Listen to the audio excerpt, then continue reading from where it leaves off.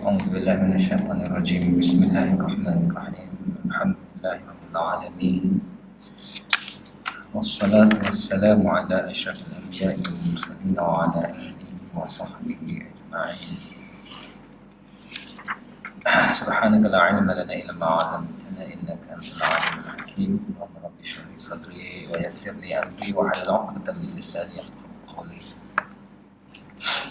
Kita berhenti hari di tajuk J, Aud alal bad'i. Masih lagi di bawah tajuk mengesan struktur mikro ataupun an-nazmul khafif daripada ayat-ayat ataupun daripada kalimah-kalimah di dalam satu-satu surah. Aud alal bad'i berarti kembali kepada asal atau kembali mengulangi perkataan atau ayat atau maknanya yang telah tersebut di permulaan surah. Ia merupakan salah satu gaya bahasa Al-Quran yang unik. Walaupun disebutkan di celah-celahnya sekian banyak cerita perkara lain sesuai dengan keadaan-keadaan yang menghendakinya, namun apa yang disebut di permulaan surah tetap tidak terlepas dari ingatan. Gaya bahasa seperti ini boleh dikatakan ada di dalam setiap surah dan ia dapat dikesan dengan berikan sedikit saja pengamatan dan renungan. Tetapi dalam surah-surah yang pendek, kewujudannya lebih banyak dan lebih ketara. Antara contohnya adalah permulaan surah Al-Qasas. Okay. Jadi Aud al-Bad'i adalah satu gaya dalam surah Al-Quran, iaitu menyebut sesuatu perkataan ataupun mungkin frasa dan atau di peringkat awal dan mengulanginya semula di penghujung. Sama ada awal tu betul-betul awal, yakni ayat yang pertama, dan hujung tu di ayat terakhir seperti mana surah Ar-Rahman yang kita bahas lepas ni, ataupun mungkin tidaklah di awal-awal sangat. Mungkin ayat ketiga, keempat ke, dan di penghujungnya bukanlah penghujung sangat, tapi kita boleh kategorikan di penghujung dan di awal ayat. Jadi ada sesuatu yang disebut di pangkal surah akan disebut semula di hujung surah. Ini gaya bahasa yang konsisten ada pada kebanyakan surah, yang hanya boleh diperhatikan melalui renungan halus. Sebab itulah di bawah tajuk An-Nazmul Khafif. Okey, sebut dah mula-mula, disebut semula, dan disebut dua kali atau diulang semula dalam surah yang sama. Ini boleh kita katakan dia sebagai kata kunci juga. Maksudnya pemerhatian kita dalam memahami surah itu harus berpusat pada kalimah yang diulang semula itu. Ada something lah tu. Ada something harus kita perhatikan pada perkataan yang diulang semula di akhirnya setelah disebut di awalnya. Ini dipanggil Aud alal bad'i. Okey. Contohnya dalam surah Al-Qasas. Dalam surah Al-Qasas ayat pada awal ayat keempat surah Al-Qasas, Allah ada sebut inna fir'auna 'ala fil ard wa ja'ala ahlaha syi'a yastad'ifu ta'ifatan minhum yudhabbihu abna'ahum wa yastahyi nisa'ahum innahu kana minal mufsidin. Dan di penghujung surah, iaitu ayat yang ke-83, Allah menyebut tilkad darul akhiratu naj'aluha lil ladina la yuriduna 'uluwan fil ardi wala fasada wal 'aqibatu lil muttaqin. Sedar atau tak sedar, sebenarnya ayat yang keempat ada dua perkataan ataupun inti pada perkataan keempat diulang semula pada ayat yang ke-83. Yang ini kalau kita tak perasan, kalau kita tak renung, tak tengok, kita tak perasan. Kita tak perasan sebab kita tengok ayat tu tak nampak ada keserupaannya. Dan dua ayat yang kita merahkan tersebut tak nampak sudut keserupaan dia buat 100% serupa. Seperti serupanya fabi ayyi ala'i rabbikuma tukadziban. Ulangan ayat fabi ayyi ala'i rabbikuma tukadziban sebanyak 33 kali itu serupa aja. Serupa saja. Di bawah tajuk tarji'at kan. Tetapi dalam ayat ini taklah serupa sangat. Tak serupa sangat. Tapi ada dua benda yang serupa. Mungkin kalau kita tak perhatikan melalui usul ini, kita tak perasan. Iaitu yang pertama, ala fil ard dengan uluwan. Dia adalah benda yang sama. Cuma ala itu fa'il madhi. Uluwan itu dia punya masdar. Ayat yang makna yang sama, cuma ishtaqnya berbeza. Dengan masuk waktu fa'il madhi. Itu dalam bentuk kata akar dia, masdar dia, uluwan. Dan al-mufsidin dalam ayat yang mula-mula diulang dalam itu jadi fasadan. Fasad adalah kata akar dan mufsid adalah pelakunya. Sama-sama fasad. Dan mufsidin orang-orang yang melakukan fasad. Mufsid adalah orang yang melakukan fasad. Ala adalah orang melakukan ulu. Jadi inna fir'aun ala fil ard. Ala adalah pelakuannya adalah ulu. Innahu kana minal mufsidin. Mufsidin adalah pelakunya. Kelakuan itu fa'il ataupun kita kata masdar kata pelakuan itu adalah fasad. Root word dia. Jadi di sini ayat itu sebenarnya diulang semula. Bukan dalam bentuk ayat yang serupa, tapi point dia ada perkataan dia, ada apa kita kata nazmul khafif tu lah. Ada point halus yang diulang semula, dan hak ni menjadi kata kunci untuk kita fikirkan. Maksudnya surah ini akan berlegar ataupun berpaksi pada dua maksud ini. Pada dua maksud ini. Ini ala fil ard dan tilkad dar. Maksudnya ala fil ard. Al-ard ni atas muka bumi ni Fir'aun. Ini kisah Fir'aun. Tapi sebenarnya bukan ia ataupun maksudnya difokuskan kepada manusia bernama Fir'aun. Sikap ini, sikap uluwan fil ard, sikap ala fil ard ini, dan juga sikap mufsidin, sikap melakukan fasad ini adalah atas muka bumi. Jadi orang yang melakukan atas muka bumi ini, dua sikap ini, sikap ulu dan membuat fasad, sombong dia, megah dia dan membuat kerosakan atas muka bumi ini, di akhirat seksa tilkad dar, akhirat seksa tidak ada tempat. Tidak ada tempat. Maksudnya orang surah ini daripada sudut ni lah, daripada sudut ni yang kita dapat. Daripada sudut ni mungkin orang lain boleh tengok daripada sudut yang lain, bahawa menceritakan, menekankan bahawa sikap Fir'aun ataupun siapa sahaja yang meniru sikap Fir'aun yang melakukan dua benda, uluwan fil ard dan fasad fil ard, maka di akhir tiada tempat. Tiada tempat. Sebab apa? Sebab tilkad dar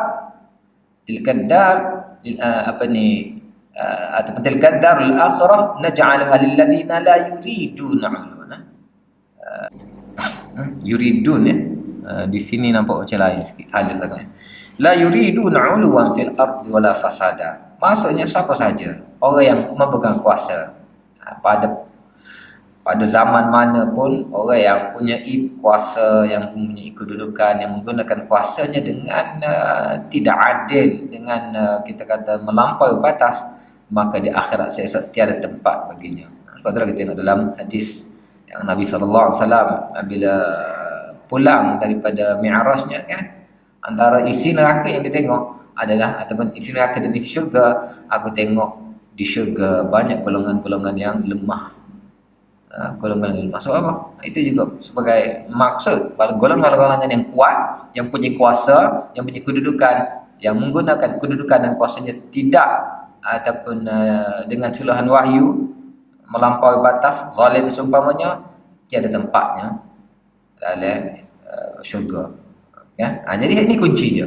Ini dia punya kita kata nazul khafif, iaitu kita kena perhatikan juga surah-surah yang menyebut awal sesuatu benda dan diulang balik. Mungkin sebutannya tak serupa sangat. Yalah, bagi kita lah tak serupa, bagi orang yang ngaji, orang yang tahu, benda sama.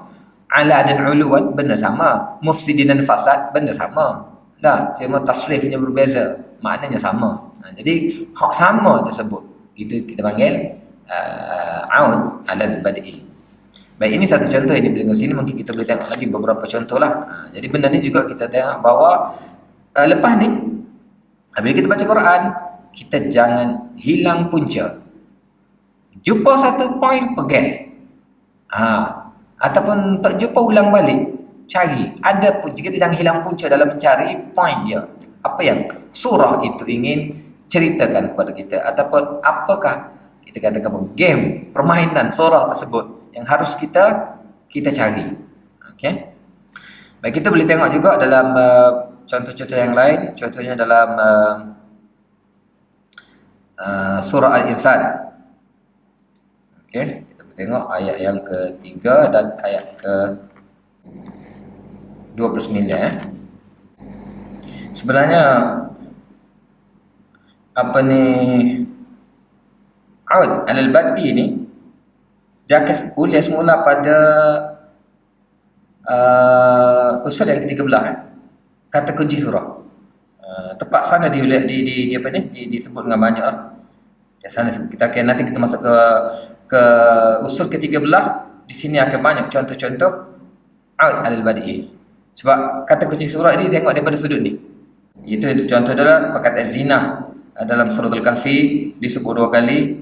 Perkataan Zul Jalal Al-Ikram dalam surah Ar-Rahman disebut 2 kali, di awal ayat, ayat yang awal dan ayat yang akhir. Perkataan Sabil juga dalam surah Ad-Dahr disebut 2 kali, pada ayat yang awal dan pada ayat yang akhir. Dan begitu juga ni surah Al-Qasas ni,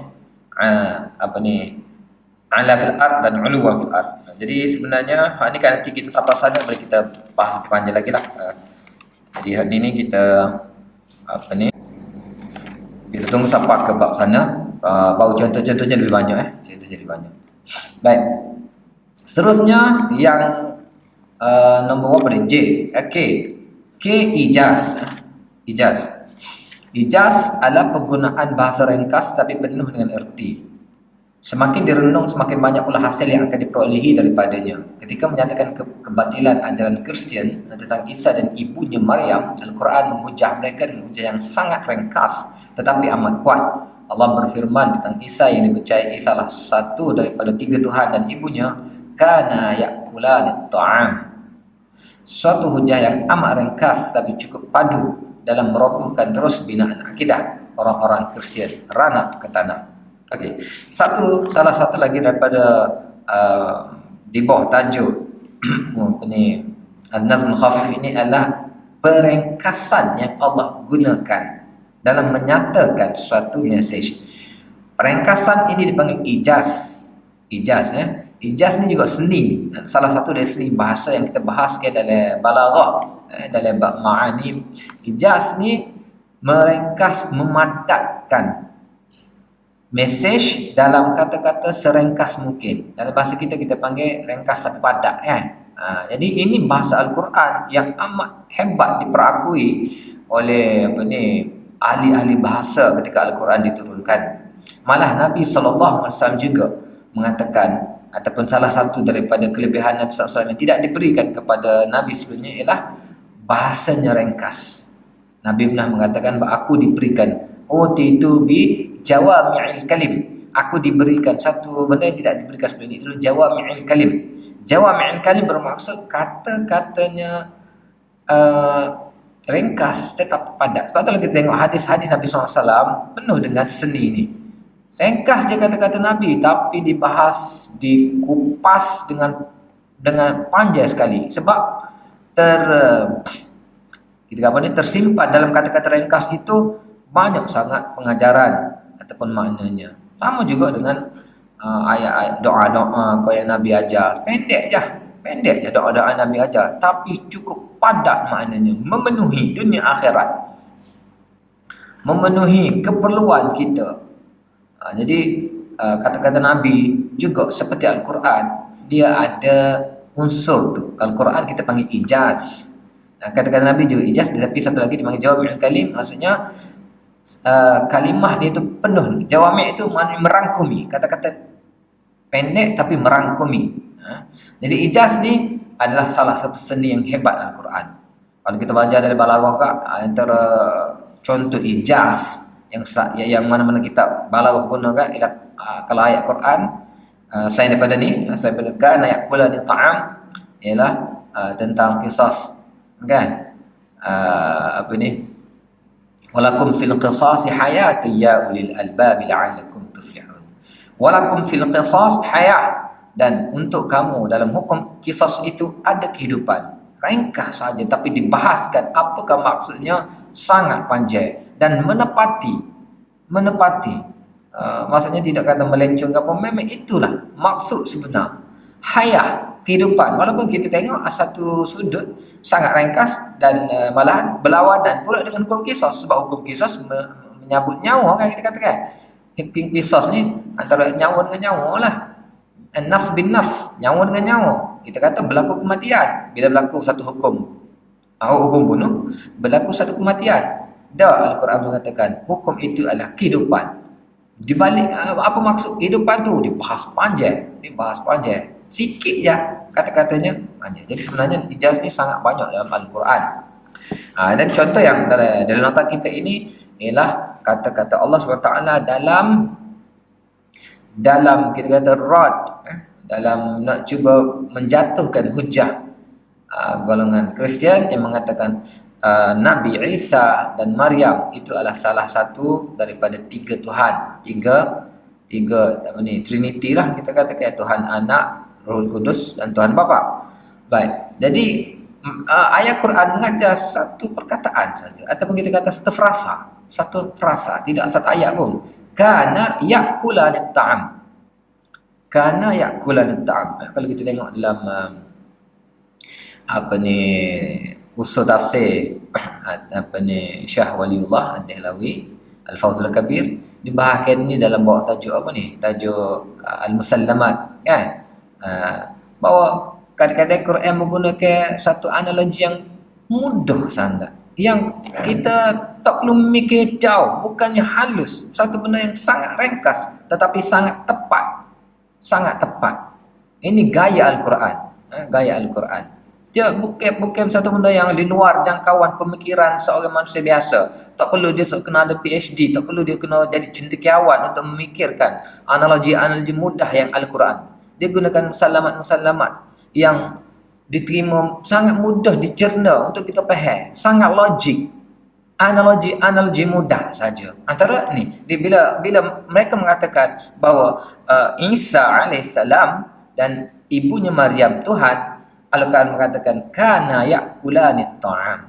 Cuba tengok ayat yang panjangnya, laqad kafara, tengok dalam apa ni, nota kita pada muka surat yang ke-54. Laqad kafara alladziina qalu innallaha wal masih ibnu maryam wa qala al masih ya bani israil u'budullaha rabbi wa rabbakum innahu may yushrik billahi faqad harramallahu 'alaihi al-jannata wa ma'wahu an-nar wa ma lidh-dhalimin min ansar. Laqad kafara alladziina qalu innallaha thalithu thalathah wa ma min ilahin illa ilahun wahid wa lam yantahu 'amma yaqulun. Teruslah kita katakan ayat ni, Allah mengatakan kufurnya orang yang mengatakan Isa itu adalah anak Maryam, kufurnya orang yang mengatakan Allah itu salasah, dan dalam semua mengatakan kufur tu ayat seterusnya, mal masih ibnu Maryam illa rasul qad khalat min qabli rusul wa ummuhu siddiqah kana ya'kulani ta'am. Ibu dan anak ni, kedua orang ni, ibu dan si anak ini ya'kulani ta'am, mereka berdua makannya. Bila secara logiknya, bila seorang lah kita kata tak, orang itu makan, bila makan maka dia bukan Tuhan. Sebab melalui makan saja, walaupun kita kata kenapa makan, kenapa tidak beri contoh dia jalan ke, dia tidur ke apa? Sebab makan ni adalah satu iftiqar, satu kita kata kebergantungan kita yang paling tinggi. Kita ni kalau tak ada makan, dah kerja isytihar sikit lah. Kerja kata apa ni, yang akan berlaku inflasi kau gapo sikit, habis ni orang serai maiding lah, orang serai mana pergi cari barang dah. Barang nak naik sikit lah, urut sikit barang nak naik, habis pakak tu cari barang. Sebab apa? Sebab fikir makan. Makan ni satu benda yang kita bergantung 100% kepadanya. Kalau tak ada makan, memang tak boleh nak buat apa. Makan kena ada. Lepas tu makan tu pun untuk menghasilkan barang makanan itu, semua benda, semua proses memerlukan kepada pergantungan setiap orang dengan setiap orang yang lain. Kita perlukan kepada petani, kita perlukan kepada pemasar, kita perlukan kepada transport, kita perlukan kepada semua benda. Campur tangan dalam menghasilkan sesuatu kita kata makanan. Jadi adakah Tuhan memerlukan bergantung dengan semua benda? Bergantung dengan cuaca, bergantung dengan kita kata permintaan dan tawaran pasaran, bergantung pada semua benda. Jadi adakah Tuhan, sikap Tuhan itu bergantung kepada semua benda? Itu bukan Tuhan. Tuhan tidak akan bergantung dengan sesuatu. Sedangkan dalam bab makan, satu analogi yang sangat boleh kita terima, sangat mudah, bahawa bila bercakap tentang makan, memang kita terpaksa bergantung dengan setiap orang. Setiap orang bergantung dengan setiap orang. Kan? Untuk menghasilkan. Tak ada orang yang boleh menghasilkan makanan dia sendiri. Hatta penanam padi pun, dia tak boleh makan padi dia. Kan? Dia tak boleh makan padi dia. Kena banyak benda lain yang harus. Jadi, ini satu frasa yang cukup ringkas yang Allah guna, tetapi memadamkan terus. Kalau orang itu dia fokus ke berfikir situ saja, dia mendapati bahawa tak segi benda lain tak. Nah, benda itu saja. Bahawa Isa AS adalah manusia, bukan Tuhan. Okay. Contoh ijaz lagi. Kalau kita nak tengok ada beberapa contoh ijaz lagi. Sebenarnya banyak banyak dalam Quran, dan ijaz ni memang banyak dalam Quran. Tadi ijaz yang sangat cantik lah. Ijaz yang maksudnya macam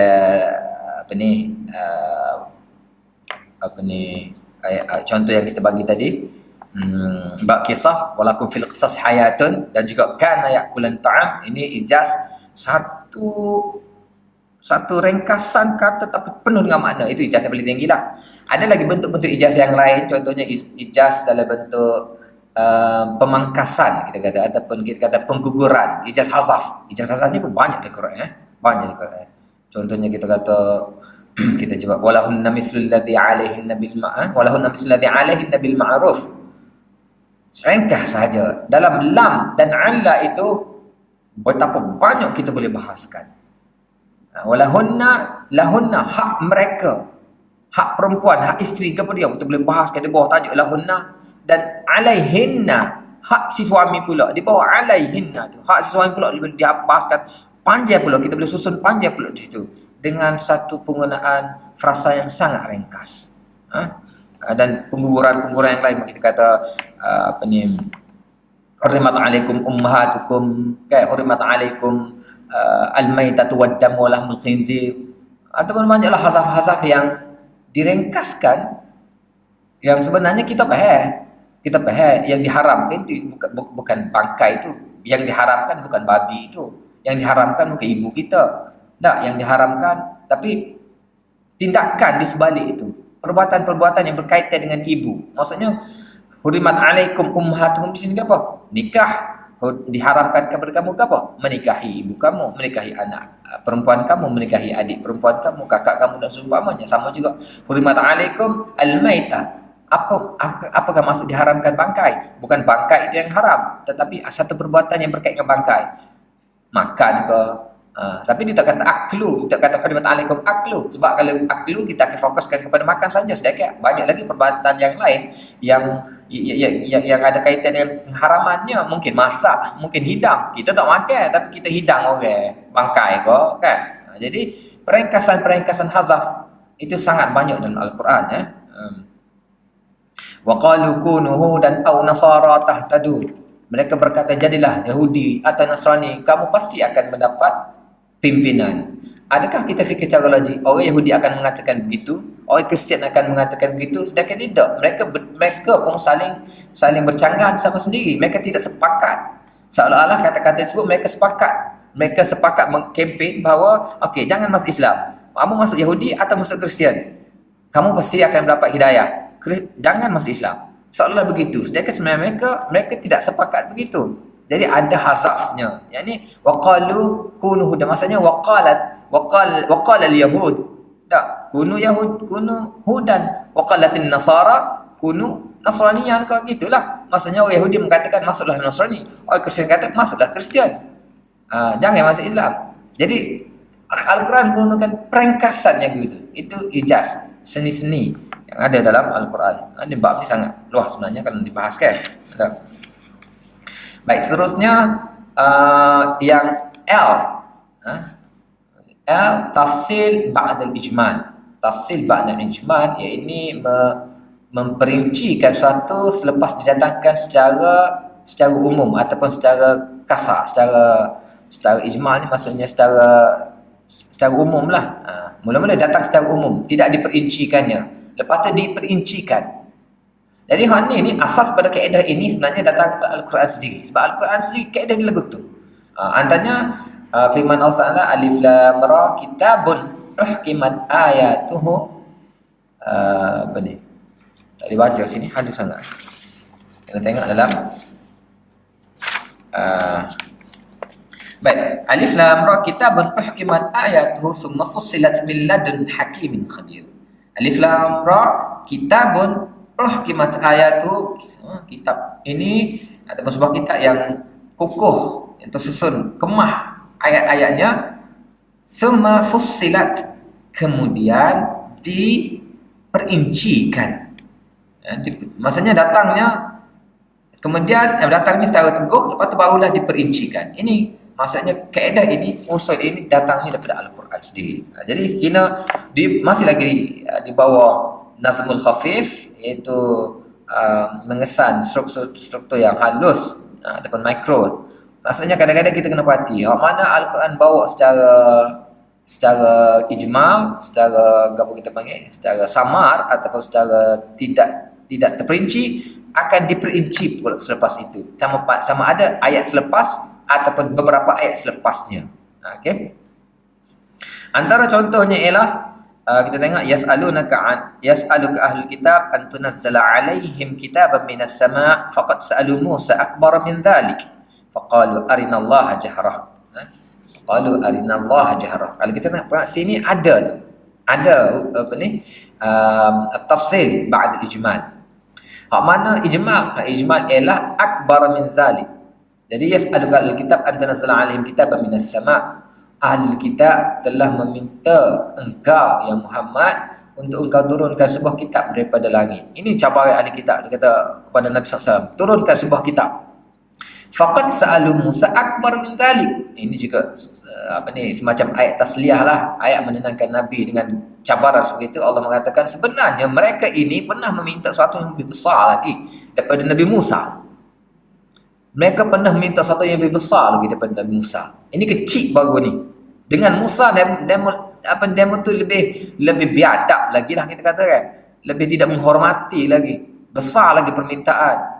Teruk lagi lah permintaan yang diminta pada Nabi Musa. Jadi akbar min zalik itu. Akbar min zalik, lebih besar lagi daripada permintaan kepada engkau itu, datangnya dipanggil secara ijmal, tidak terperinci. Tak tahu apakah permintaan yang lebih besar tu. Akbar maksudnya lebih besar tu apa? Lepas tu dia kata faqalu arinallaha jahratan. Permintaan mereka, ini tafsil dia. Ini perincian kepada satu yang ijmal tersebut. Datangnya mula-mula disebut tidak dirincikan, lepas tu dirincikan. Perincian tersebut dipanggil tafsil selepas datangnya ijmal. Ijmal dalam ayat ini contohnya permintaan yang diajukan kepada Musa itu lebih besar daripada permintaan engkau. Apakah dia permintaan tersebut? Perinciannya ialah faqalu arinallaha jahrah. Mereka pernah minta Nabi Musa, tunjukkan Allah secara jelas. Ini satu request ataupun permintaan yang biadab lah. Biadab. Dengan Nabi dia sendiri pun dia boleh biadab kan.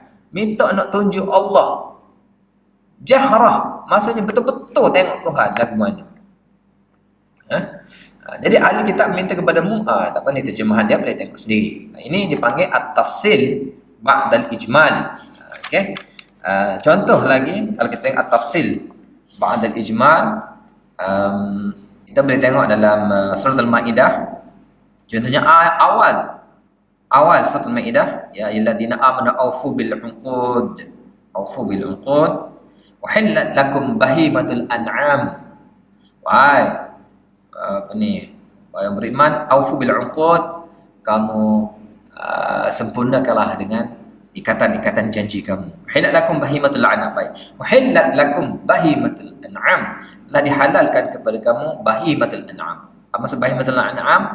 Ternakan-ternakan bahimah lah, ternakan yang melata ni lah. Baik. Lepas tu dalam seterusnya perinciannya dia rincikan apakah yang dimaksudkan dengan yang dihalalkan tersebut, dan juga dirincikan juga di situ hak-hak mana yang asalnya haram dihalalkan apabila kamu dalam keadaan muttar, kan? Muttar walaupun sebenarnya halal, benda tu haram, tapi dalam keadaan muttar, tapi min ghairi baghin wala 'ad lah, tanpa ada sikap kita memang sengaja sengeling nak mencari peluang untuk makan benda yang haram itu, ataupun kita maksudnya kita dapat saja, kita lebih-lebih pula ya. Sepatutnya makanlah cukup untuk menampung kalau kita kata dalam darurat, tapi kita lebih-lebih pula masuk 3 rasa ke contohlah kita katakan. So kita ni beri rukhsah ni hanya untuk melepaskan kira dalam situasi darurat, tapi kita buat ad dan bar tersebut lebih-lebih pula, ataupun kita sengaja mencari peluang, itu tak boleh. Tapi ayatnya perincian kepada uhillat lakum bahimatul an'am pada awal surah dirincikan pula di akhirnya. Itu dipanggil tafsil ba'dal ijmal. Dan ada lagi lah beberapa contoh yang lain yang kita boleh tengok sini lah. Contohnya banyak sebenarnya dalam Al-Fatihah sendiri pun, kan. Ihdinas siratal mustaqim, tunjukkanlah kami jalan as-siratal mustaqim. Lepas tu siratal mustaqim tu hak mana? Ijmal tu. Lepas tu siratal ladzina an'amta 'alaihim, ghairil maghdubi 'alaihim waladdallin. Ditafsir, diperincikan pula. Itu jalan-jalan orang yang kau gini. Lepas tu siapa an'amta 'alaihim diperinci pula daripada ayat yang lain. Tak, minan nabiyyin wasiddiqin wasyuhada'i wassalihin. Itu maksudnya tafsir ba'dal ijmal. Okey. Baik, kita habis dah usul yang ke-12, kita pergi ke usul yang ke-13 pula. Itu keperluan mengetahui kata-kata kunci surah. Kalau dalam nota kita ni ialah nota yang ke-56. Usul yang ke-56. Okey, yang ke-13, keperluan mengetahui kata kunci surah. Di dalam setiap surah pasti ada berapa kata kuncinya. Dalam surah ada berapa kata kuncinya. Mengetahui kata kunci itu sangat penting untuk membantu kita memahami mesej utama surah. Kata-kata kunci itu mungkin hanya satu perkataan saja, mungkin juga beberapa perkataan, atau mungkin juga berupa rangkai kata ataupun frasa. Anda dengan sendiri dapat memutuskan apabila melihat suatu ruang dalam sebuah rumah yang teratur rapi dengan set sofa, dengan permainan besar yang terhampar, bahawa ia adalah ruang tamunya. Bagaimana yang kita telah beri perumpamaan sebelum ini, Al-Quran ini kalau kita melihat melalui konteks pembahagian struktur ini, bahawa ianya seperti sebuah rumah yang besar, dengan ruang-ruang yang teratur dengan rapi. Maksudnya bila kita tengok dalam satu ruangan besar itu ada satu set sofa dengan permainan yang besar, ini ruang tamu, kan? Bila kita tengok pula ada set meja makan, ini mesti dining room lah kita katakan. Bila kita tengok satu bilik ruang lagi ada set bilik tidur. Set bilik tidur tu pula king size punya ini master bedroom lah ni, kan? Kalau kita tengok ada katil double decker, ada dengan anak patung, ini jadi gitulah lebih kurang kita boleh memerhatikan kata-kata kunci dalam satu surah untuk mengeluarkan mesej ataupun apa sebenarnya surah tersebut mahukan. Sama juga dengan melihatkan bilik itu, apakah kata kunci pada bilik itu untuk mengetahui bahawa ini pastinya dapur, ini pastinya bilik anak perempuan, ini anak lelaki. Baik, demikianlah surah-surah Al-Quran. Ada perkataan-perkataan yang sangat relevan dengannya, yang dengan surah tersebut, yang sangat membantu dalam mendapatkan mesej utama surah. Baik, beberapa contoh kata-kata surah. Okey.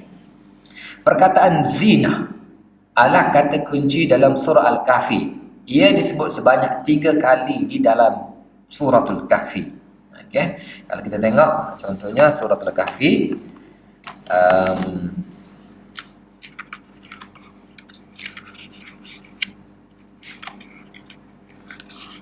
Ayat 7, 28 dan 46 dalam surah Al-Kahfi. Kita tengok yang pertama ayat 7. Inna ja'alna ma'al ardi zinatan laha linabluwahum ayyuhum ahsanu amala.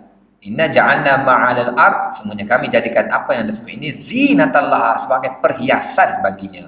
Baik, mungkin kita baca kita tak nampak lagi, tapi bagi pemerhati orang yang baca, bila jumpa, bila dibaca ada ulangan-ulangan. Jadi dalam surah Al-Kahfi perkataan zina diulang 3 kali. Mesti ada something. Mesti ini adalah kata kunci yang boleh kita nak tahu bahawa apakah point, apakah kita kata apa ni, message sebenar surah Al-Kahfi. Okey.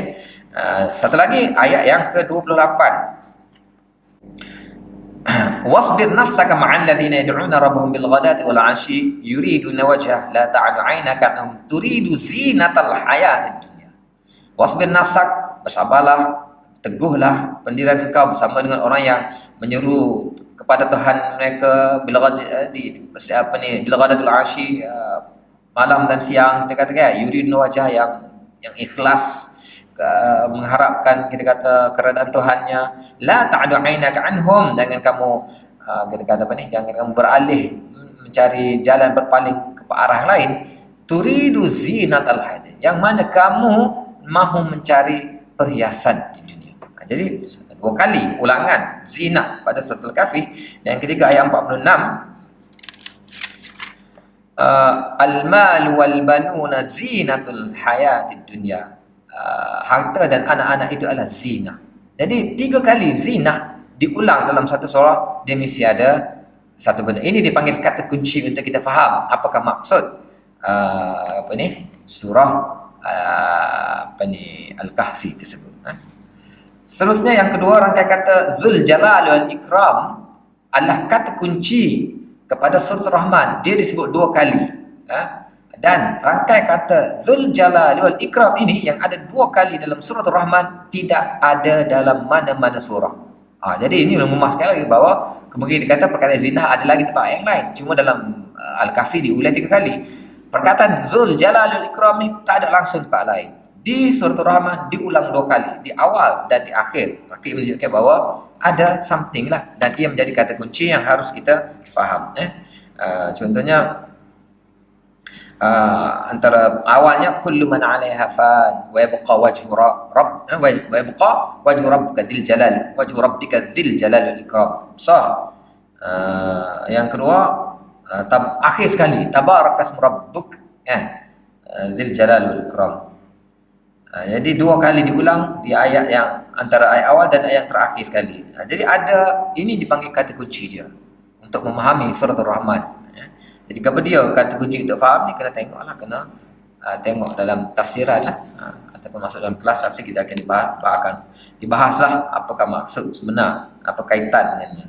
Tapi kalau kita terlepas pandang, kita tak tengok benda ni sebagai satu kata kunci, mungkin perbahasan kita hanya berkisar kepada perbahasan-perbahasan yang biasa, tak nampak ada kita kata apa panggil kata kunci tersebut sebagai satu benda yang ada kaitan yang rapat, ataupun kaitan yang kita kata apa ni, yang direct lah dengan maksud yang hendak disampaikan melalui surah tersebut. Seterusnya perkataan sabil adalah kata kunci kepada surah Ad-Dahr. Surah Ad-Dahr ni kata nama lain kepada surah Al-Insan. Ia disebut 2 kali dalamnya, pada awalnya dan pada akhirnya. Begitu juga sabil. Kalau kita tengok surah Al-Insan yang pertama ayat ketiga, inna hadaina sabil imma syakiran wa imma kafura. Sungguhnya kami tunjukkan jalan itu, sama ada manusia itu syakir ataupun kafur, sama ada dia menerima ataupun menolaknya, dia bersyukur ataupun dia kufur. Lepas tu di ayat yang ke-29 pula diulang pula, inna hadhihi tadhkirah faman syaa'a ittakhadha ila rabbih sabila. Ada pula perkataan sabil di akhirnya. Jadi maksudnya perkataan itu diulang. Sebab itulah kita kata dalam bab al-bad'u aud al-bad'i tadi kita tak bahas banyak sebab semuanya duduk sini. Kata kuncinya ini banyak dalam bentuk aud al-bad'i. Ulangan semula di awal surah, diulang pula di akhir surah. Disebut pertama disentuh di apa ni, disentuh di awal sikit, akhirnya disebut pula. Aud al-badi tadilah. Aud al-badi tadi adalah kita kata salah satu daripada rahsia kata kunci yang harus kita tengok. Baik, seterusnya dalam surah Al-Qasas. Surah Al-Qasas perkataan ala fil ard. Tadilah kita dah bahas dalam aud al-badi ni. Jadi inna fir'auna ala fil ard wa ja'ala ahlaha syi'an yastad'ifu ta'ifatan minhum yudhabbihu abna'ahum. Diulang pula, tilka darul akhiratu naj'aluha lil ladzina la yuriduna 'uluwan fil ard wala fasada. Okey. Perkataan kadzdzaba ataupun kadzdzabu dan sebagainya, maksudnya takzib lah, yang disebut dalam surah Al-Qamar merupakan kata kuncinya. Kita tengok dalam surah Al-Qamar memang banyak. Kalau apa ni? Fabi ayya surah Al-Qamar apa ni? Walaqad yassarna al-Qur'ana lidzikri faman mudakkir. Lepas tu walaqad kadzdzab, kan? Sebelum tu ada lagi kadzdzabu dan yukadzib. Lepas tu kalau lepas tu semua juga. Kadzdzaba ashabu gini. Kadzdzabat samud, kadzdzabat qaum 'ad. Jadi banyak diulang perkataan takzib sama ada dalam bentuk penceritaan takzib umat mereka kepada Rasul, ataupun sebelum tu lagi lebih umum ada beberapa perkataan kadzabu. Jadi maksudnya diterangkum dalam itu ada banyak pengulangan-pengulangan kita adalah suatu benda yang hendak diberitahu melalui kata kunci tersebut. Jadi ini memahami Al-Quran ataupun surah-surahnya melalui kata-kata kunci. Mengetahui, okey, yang ke-14. 14 mengetahui kesinambungan di antara dalil dan madlul pada sumpah-sumpah Allah di dalam Al-Quran. Ini apa ni? Usul yang baru pula, usul yang baru, usul ke-14. Mengetahui kesinambungan di antara dalil dan madlul pada sumpah-sumpah. Yakni Al-Quran banyak menggunakan sumpah. Al-Quran banyak menggunakan sumpah. Terdapat lebih daripada 200 sumpah di dalam Al-Quran. Dan dalam bahasa Arab pun banyak juga penggunaan sumpah. Dalam bahasa kita ni jarang kita bersumpah tak. Sebab tu kadang-kadang kita pergi ke negeri Arab, balik dia kata orang Arab ni kuat sumpah, dia kata. Sedangkan sebenarnya orang Arab tu dia banyak guna wallahi tu bukan sumpah. Kita ni sangat jarang menggunakan perkataan wallahi. Apalagi wallahi wa billahi wa tallahi, kan. Benda-benda kes besar sajalah. Benda-benda kes besar lah baru kita bersumpah. Biasanya kita akan letak Quran atas kepala, dan untuk apa ni? Benda-benda yang besar lah, nak mubahalah ke, nak li'an ke, barulah kita guna tu wallahi wa billahi wa tallahi. Tapi orang Arab biasa guna sebagai bahasa handa, wallahi. Jadi yalah, memang asalnya sumpah itu, tapi dia jadi biasa lah gitu, kan. Tak apalah, ayatnya Al-Quran sangat banyak menggunakan sumpah. Ya. Apa yang sangat penting difahami ialah perkaitan di antara dalil dan madlulnya, atau dengan kata lain di antara muqsam bih dan muqsam alaihnya. Okey, yakni Al-Quran ni ataupun sumpah tu sendirilah. Sumpah tu sendiri dia ada muqsam bih dan muqsam alaih. Muqsam bih yang kita sumpah dengannya, muqsam alaih apa yang kita nak sumpah. Demi Allah. Muqsam bih. Ada demi Allah saya nak apa kita kata tak? Saya nak pergi besok. Contohlah. Jangan tu dia muqsam alaih. Ada apa kaitannya antara muqsam bih dan muqsam alaih? Ya, kita kena tengok di sini juga ada, harus diperhatikan, ya. Sumpah-sumpah Allah itu sebenarnya adalah dalil-dalil yang tersendiri. Maksudnya penggunaan sumpah dalam Al-Quran itu adalah dalil-dalil yang tersendiri. Bila guna sumpah, ianya menunjukkan sesuatu penekanan, dan ia menunjukkan sesuatu yang bukan biasa. Dia ada 3 peringkat tadi kita sebut ni, ada 3 peringkat dalam penyebutan. Peringkat yang menggunakan sumpah ni adalah peringkat yang ketiga. Okey. Antara tokoh yang menulis secara khusus tentang topik ini ialah Ibn Qayyim dalam kitabnya At-Tibyan fi Aqsamil Quran.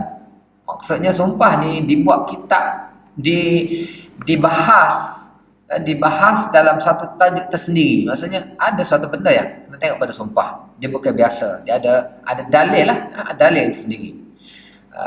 Yang kedua, Hamiduddin Al-Farahi dalam kitabnya Al-Imran fi Aqsamil Quran dan dikatakan Ahmad Kamal Al-Mahdi, ayatul qasam minal Quranil Karim. Okey. Jadi dalam Al-Quran sendiri ada 200 lebih sumpah, hampir 100 daripadanya dengan jelas menggunakan perkataan sumpah. Maksudnya 100 tu betul-betul menggunakan perkataan sumpah. Maksudnya guna wallahi ka, wassama ka, ataupun perkataan itulah wow, ba dan ta.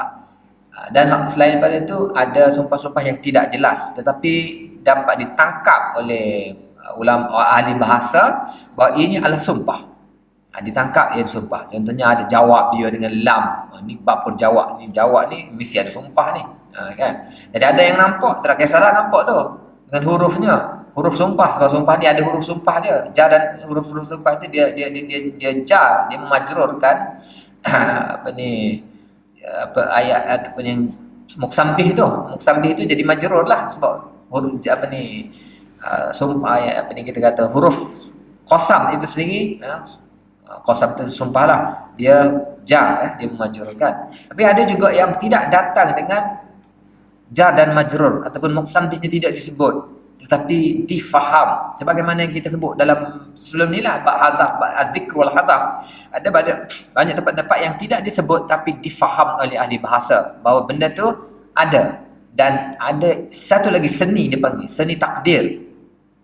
Seni kita boleh mengeluarkan apa yang kita takdirkan ataupun kita anggap benda itu gugur. Maksudnya dalam memahami Al-Quran, bukan setakat Al-Quran sebenarnya, Al-Quran ke hadis atau bahasa Arab, kita kena ada seni untuk untuk meletakkan pengguguran dan mentakdirkan, mengeluarkan balik apakah yang digugurkan tersebut.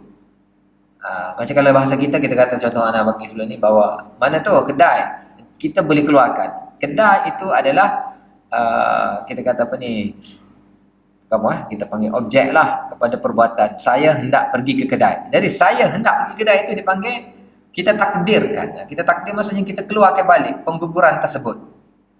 Tadilah macam tadi yang kita baca, hurimat alaikum ummahatukum wa banatukum, diharamkan kepada ibu kamu. Sebenarnya bukan ibu yang haram, sebab haram itu bukan kepada objek. Haram itu bukan kepada kata benda. Haram itu adalah kepada verb, kepada perbuatan. Haram ataupun larangan Allah, suruhan Allah. Kalau kita belajar dalam bahasa, amar ataupun nahi itu menuntut perbuatan. Talabul fi'l, menuntut perbuatan. Jadi haram itu adalah haram ke apa? Dalam bab hurimat alaikum, haramnya adalah haram menikahi. Dalam bab hurimat alaikumul maitatah, haramnya adalah haram makan, al-aklu. Jadi menyebut mengeluarkan pengguguran akal, makan ataupun nikah, kahwin itu dipanggil takdir. Panggil takdir. Seni takdir ni kena ada bagi orang yang ada pun salah satu daripada syarat lah, alat-alat untuk memahami bahasa Arab, khususnya Al-Quran lah. Baik, jadi hampir 100 daripadanya dengan menggunakan sumpah. Selain daripadanya itu kita takdirkan. Kita takdir ada sumpah. Tak nampak jelas sumpah tapi takdir ada sumpah. Dan takdir itu mungkin ada dia punya clue dia juga. Maksudnya ada jawab lah, ada lam kan. Ini dalam jawab qasam sumpah. Baik. Termasuklah sumpah Allah, sumpah para nabi dan rasul, juga sumpah orang-orang yang selain pada Allah dan rasul. Maksudnya dalam Quran tu tidak semestinya sumpah Allah, ada sumpah quote, kata-kata rasul terdahulu menggunakan sumpah lah. Kan? Sumpah. Contoh kita kalau wasama wasama idzatul buruj ke apa, itu sumpah daripada Allah, sebab Allah saja yang boleh bersumpah dengan kita kata ni, dengan langit, bumi dan seumpamanya. Kalau sumpah-sumpah yang daripada orang lain, dikira juga termasuk dalam sumpah-sumpah. Okay? Cuma betul kau ada perkataan sumpah-sumpah tu sebab plural kepada sumpah tu, sumpah-sumpah kau dalam bahasa Malaysia. Kenapa tak pasti takut tukar dengan sumpah-sumpah tu lah. Pokok tu lah. Atau sumpah-sumpah juga kan. Ataupun ini salah satu daripada mustarak dalam bahasa Malaysia. Maksudnya sumpah-sumpah tu ada dua benda. Jamuk kepada sumpah, salah lagi binatang sumpah-sumpah tu lah, yang boleh bertukar warna tu. Okay. Bahasa Arab menggunakan gaya bahasa yang pelbagai untuk menyatakan maksud yang berbeza. Atau ketika berbicara dengan orang yang berbeza latar belakangnya. Kerana itulah suatu cerita menurut ilmu ma'ani semestinya disampaikan sesuai dengan 3 tahap manusia yang menerimanya. Yang pertama dipanggil ibtidai, yang kedua dipanggil at-talabi, yang ketiga dipanggil al-inkari. Ini asas kepada ilmu bahasa, ilmu ma'ani. Bahawa cerita, khabar yang hendak kita sampaikan kepada orang, kena tengok latar belakang penerimaan dia. Kita ada 3 tahap penerimaan orang. Penerimaan pertama, apa gaya bahasanya. Penerimaan yang kedua, apa gaya bahasanya. Penerimaan ketiga, apa gaya bahasanya. Maksudnya kita kena tengok kadar penerimaan orang dulu untuk kita sampaikan cerita kita. Ini dibahaskan dalam ilmu ma'ani. Okey. Yang pertama dipanggil ibtidai. Ibtidai ini apa? Ditujukan kepada orang yang kosong fikirannya daripada sebarang keputusan terhadap cerita yang disampaikan. Cerita yang disampaikan pada tahap ini tidak perlu diperkuat dengan apa-apa kata penguat. Kalau peringkat ibtidai, orang yang hendak kita sampaikan, mukhatab itu, dia tidak akan membangkang. Kita yakin dia maklumat yang disampaikan ini maklumat yang tidak dibangkanginya. Sebab dia tak tahu apa-apa. Kita hanya sampaikan dan dia hanya menerima berita. Maka pada peringkat ini kita tidak perlu menguatkan dengan apa kata penguat ataupun sokongan, takkid. Tak perlu. Kan? Contohnya kita kata apa? Kita masuk kedai, kita nak order teh dengan roti canai. Apa dalam menyampaikan khabar kita akan order teh roti canai. Kita tak perlu perkuatkan sebab dia hanya menerimanya tanpa apa-apa bangkangan. Okey? Kita tak perlu kata demi Allah saya nak teh. Sungguh benar saya nak roti canai. Tak perlu. Itu pekat ibtidai. Okey? Yang kedua talabi. Talabi digunakan untuk orang yang sangsi tentang suatu cerita yang disampaikan. Kita tahu dah bahawa dia akan sangsi, akan ragu-ragu. Dia tidak menerima sepenuhnya cerita tersebut. Okey. Dalam keadaan ini eloklah cerita yang nak disampaikan diperkuatkan dengan sedikit kata penguat ataupun takkid. Takkid ke taukid dalam bahasa Arab, kata penguat. Inna, sesungguhnya, ataupun lam. Ada banyaklah nun syaddah, beberapa apa ni? Qad, kalau banyak kata-kata dalam bahasa Arab ataupun dalam Al-Quran sendiri yang digunakan penguat yang kita baca sesungguhnya, sebenarnya, benar-benar betul-betul, bahawasanya, itu dipanggil kata penguat. Quran banyak menggunakan kata-kata penguat ini. Jadi kata-kata penguat ini disampaikan kepada orang yang tahap kedua. Tahap yang pertama tak perlu. Tahap yang kedua kita kena sebut lagu ni. Kena sebut, kena bubuh kata penguat. Kenapa kita berkata penguat? Berkata penguat ini supaya lenyaplah keraguan di hatinya. Kita kena bubuh kata penguat ataupun kata penegas. Sesungguhnya innallaha ala kulli syai'in qadir. Innallaha ala kulli syai'in, itu dikuatkan dengan innallaha wa malaikatahu yusalluna 'alan nabi. Inna itu adalah kata penguat. Kenapa kata penguat digunakan? Peringkat talabi. Peringkat talabi. Sebab katalah innallaha ala kulli syai'in qadir. Kalau peringkat yang tak ada macam itu, Allahul ladzi khalaqas samawati wal ard. Allahul ladzi khalaqas samawati wal ard. Allah lah yang menciptakan langit bumi. Dia tak bubuh innallaha khalaqa apa ni? Tak bubuh situ, kemungkinan khitabnya kepada, katalah kita kata kepada masyarakat kafir Quraisy. Masyarakat kafir Quraisy dia memang menerima Allah sebagai pencipta langit dan bumi. Kan? Wala in sa'altahum man khalaqas samawati wal ard la yaqulunna Allah. Bila kamu bertanya, wahai Muhammad, kepada mereka, siapakah yang menciptakan langit dan bumi? La yaqulunna Allah. Mereka pasti akan menjawab Allah. Sebab memang dalam kepercayaan mereka, Allah lah pencipta langit dan bumi. Tapi dalam innallaha ala kulli syai'in qadir, kenapa dikuatkan? Sebab memang mereka percaya Allah pencipta langit dan bumi, tapi dalam kuasa, dalam bab pentadbiran, mereka telah masukkan syirik. Masukkan syirik.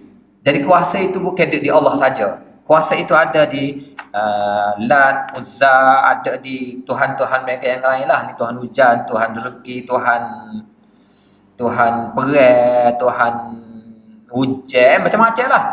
Jadi situ mereka tidak mengatakan Allah itu 100% berkuasa. Sebab tu dalam mengatakan Allah ala kulli syai', 100% ataupun kesemuanya di bawah kekuasaan Allah, dikuatkan. Innallaha.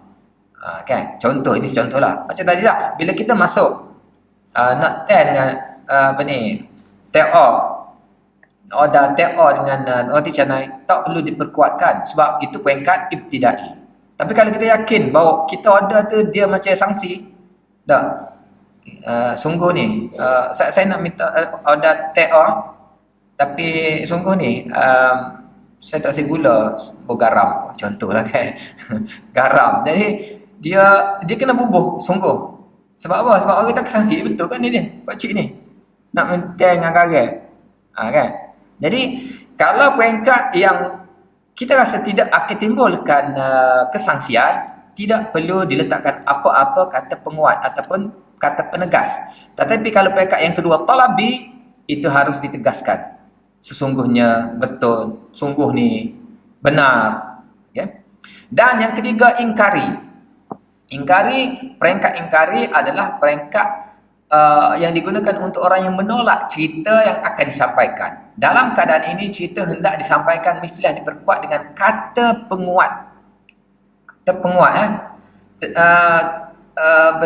tertentu sesuai dengan penolakannya. Pada peringkat ingkar ini kata penguat kita kena sesuai dengan peringkat tolak. Kalau peringkat talabi mungkin hanya satu kata penguat saja. Tapi kalau peringkat ni tengok keadaan. Mungkin kena 2, mungkin kena 3, mungkin kena 4, mungkin beberapa lah. Beberapa. Contohnya kita kata sungguh ni demi Allah betul. Demi Allah. Demi Allah ni kata penguatnya lah. Qasamnya adalah penguat. Sebab kita bawah tajuk sumpah ni kan. Jadi kadang-kadang kita kena beberapa. Tobat sungguh. Ataupun kita ulang. Bila kita masuk katalah tadi nak bubuh garam dalam teh. Mungkin kita rasa orang tu betul ke? Ataupun kalau kita rasa memang kita order ni orang tu tak boleh terima. Orang tu tak boleh terima, kita kata saya nak bubuh racun sikit dalam teh saya. Jadi masa tu kita kena guna apa kita kata peringkat penolakan yang kita harus tegaskan dengan beberapa kata. Sungguh saya nak kopi nak roti canasa dan teh saya demi Allah sungguh saya nak beracun. Demi Allah wallahi betul ni betul betul kan ulat. Dia ada banyak beberapa kaedah Jadi apabila kita nak satu peringkat suatu benda yang penegasan dia penolakan dia setinggi mana penolakan sekuat itulah penegasan yang kita guna. Sebab itulah penegasan yang paling tinggi ialah qasam. Sumpah. Dan kaitan dengan Al-Quran banyaklah macam kita kata menggunakan inna lagi, lepas tu nun syaddah lagi, lepas tu lam qasam, lam jawab lagi, lam taukid lagi. Qalu a innaka la anta Yusuf. Sebab buat apa? Sebab mereka tak percaya kan. Adik-adik Yusuf, bila dia dah bila satu peringkat dia dah kecewa dah nak pergi ambil adik dia Bunyamin yang ditahan oleh Raja Mesir Al-Aziz. Maka sampai ke sana dia dah tak boleh buat apa dah, ayah dia pun marah dah. Di sana nak minta bantuan lagi dan adiknya ditahan lagi. Dia pun cerita-cerita lalu Yusuf bertanya, hal alimtum ma fa'altum bi Yusuf idza antum jahilun. Mu ingat tak masa dulu-dulu, masa zaman-zaman dulu, masa budak-budak dulu, zaman-zaman nakal dulu, apa yang kamu telah buat pada Yusuf? Terkejutlah dia. Siapa ni? Mana orang tahu? Lalu barulah mari dia mari apa dia panggil? Mari rasa kau dia ni Yusuf. Lalu qalu a innaka la anta Yusuf. Adakah engkau betul-betul engkau Yusuf ni?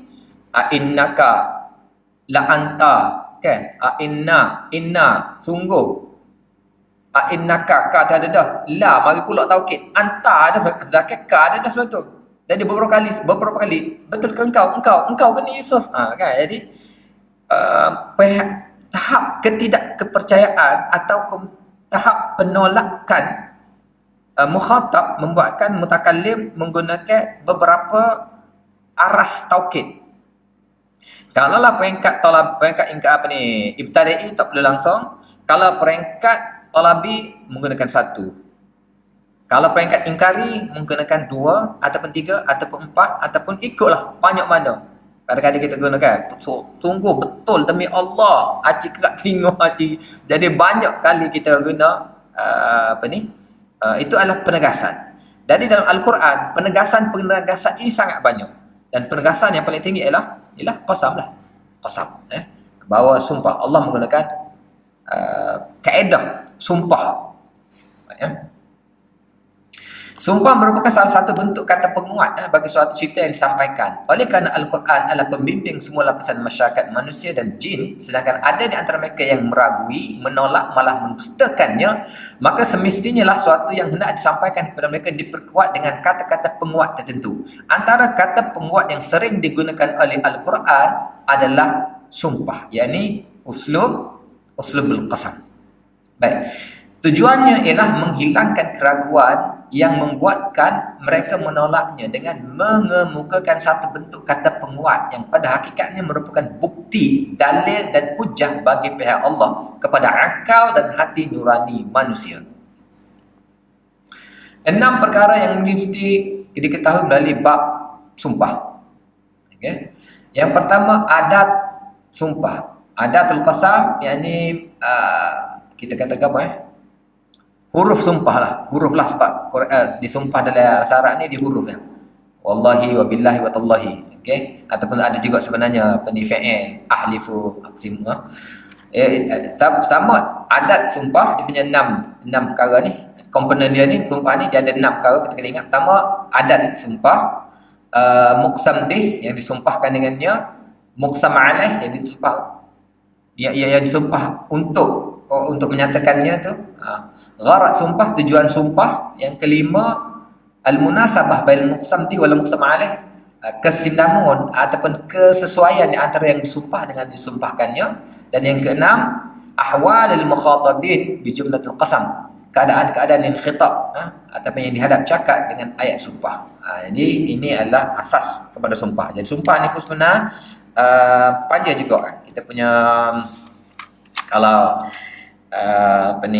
nota kita ni daripada muka surat 57 hingga muka surat 88 panjang ni bab ni. Kita pun soalan insya-Allah kita akan usahakan untuk pendekkan sedikit. Kita akan ringkaskan penjelasan kita, sebab kalau kita terikut juga dengan nota ni takut jadi nyetak dia habis tau. Panjang lagi masa Jadi ni asas sumpah adalah dalil. Sumpah adalah Allah menggunakan sumpah juga sebagai dalil untuk menguatkan. Tengok latar belakang sesiapa yang menerimanya. Allah khitab Allah juga kepada ahli kitab, khitab Allah juga kepada musyrikin, khitab Allah juga kepada munafikin, khitab Allah juga kepada kita orang Islam, juga kepada kufar dan seumpamanya. Jadi latar belakang itu mempengaruhi penegasan kata-kata. Jadi antara penegasan kata-kata tinggi ialah sumpah yang merupakan dalil juga. Jadi kita akan hari ini insya-Allah kita sambung pula tajuk ini esok. Subhanakallah, asyhadu an la ilaha illa anta, astaghfiruka wa atubu ilaik. Subhana rabbika rabbil izzati amma yasifun wa salamun alal mursalin.